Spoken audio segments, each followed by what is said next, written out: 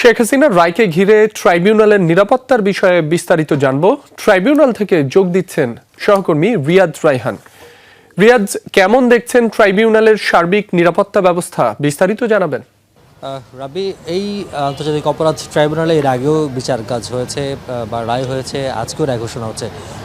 আবার আসলে ঠিক জানা নেই কত দ্রুততম সময়ে কোন মামলাটি রায় দেওয়া হয়েছিল। তবে এই মামলাটি সবচেয়ে গুরুত্বপূর্ণ এই কারণে যে যদি ধরা হয় সবচেয়ে দ্রুত সময়ে রায় প্রদানকারী একটি রায় মামলা, সেটি হচ্ছে এটি। কারণ অর্থাৎ চলতি বছরের 10ই জুলাই এই মামলাটির আনুষ্ঠানিক চার্জ শুনানি শুরু হয়েছিল।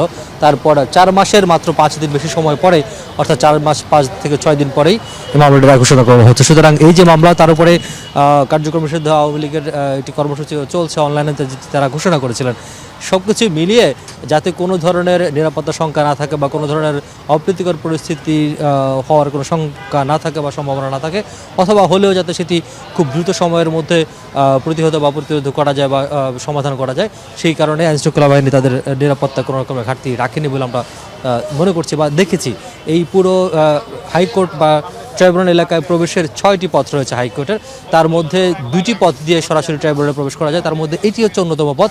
আমি এখন যেই পথটিতে রয়েছি সেটি দিয়েই মূলত সবাই, সর্বসাধারণ থেকে শুরু করে আইনজীবীরা সহ সবাই এই পথটি ব্যবহার করেন ট্রাইব্যুনালে প্রবেশের জন্য। সেই প্রবেশ পথে সবচেয়ে বেশি কড়াকড়ি বা সবচেয়ে বেশি নিরাপত্তা ব্যবস্থা গ্রহণ করা হয়েছে। একেবারেই আইনশৃঙ্খলা বাহিনী বা নিরাপত্তা বাহিনী যতগুলো সংস্থা রয়েছে সবগুলো সংস্থারই সদস্যরা রয়েছে। আপনি দেখতেই পাচ্ছেন যে সেনাবাহিনী তারা একেবারেই পুরো সব ধরনের সরঞ্জাম নিয়ে তারা প্রস্তুত রয়েছেন। এপিসি সহ সেনাবাহিনীর সদস্যরা রয়েছেন। পাশাপাশি আমরা বাইরে দেখেছি বিজিবি মোতায়েন করা হয়েছে, এপিবিএনের পর্যাপ্ত সংখ্যক সদস্যকে এখানে মোতায়েন করা হয়েছে।